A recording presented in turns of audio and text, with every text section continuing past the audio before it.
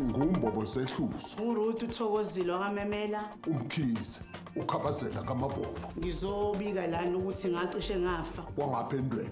Siboshiswe ile ntombazana. Isho uDlamini. Mina nguDlamini. uDlamini kimi nabakwethu. Ntombazana kaMamela uye lo sibophile. Ya, ngifuna amaphoyisa akhiphe yonke imali yami. Uyeyisa ibopha amaphoyisa. Wawayizwa bro.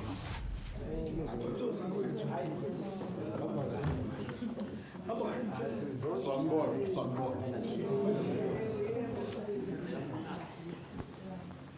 Ofwethu. Bathula abanye enkantolo. Sibanyo. Hey, ndoda bakho. Sibanyo. All rise. Attention. Studies. Attention. My lady. Case number 82827. Abafowethu laba. Warrant officer umbobo zehluzo. Umkhizi ukhabazela kaMavovo. Ngomsana nomfowethu. Wasendwedwe. Attention. Ngu Constable Dlamini. Usibalikhulu. Mfowethu. Qophela Mantente.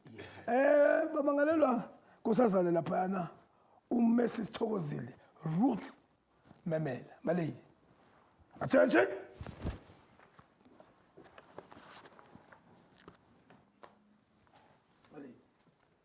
Before ngiqale nje umthetho walenkantolo umuntu wesilisa akaligqoki ikepisi noma isigqoko kodwa ngizoniyeka ngoba iuniform. Ngicela ummangali atshele inkantolo amagama akhe aphelele. Thokozile Ruth Memela. Ummangalelwa amagama akhe aphelele nommangalelwa amagama akhe aphelele. Mina ke ngingu-warrant officer umbobo zehluzo. Umkhizi ukhabazela kaMavovo. Uyangazi ngingalendwedwe. Angibuzanga ukuthi uhlalaphi. Mina ke shuthi ke ngubani ke mina nguConstable uDlamini ngiphuma le Xophela Mantente icolleague yami le. Angibuzanga ukuthi nazana kanjani. Hayi sixolise lapha.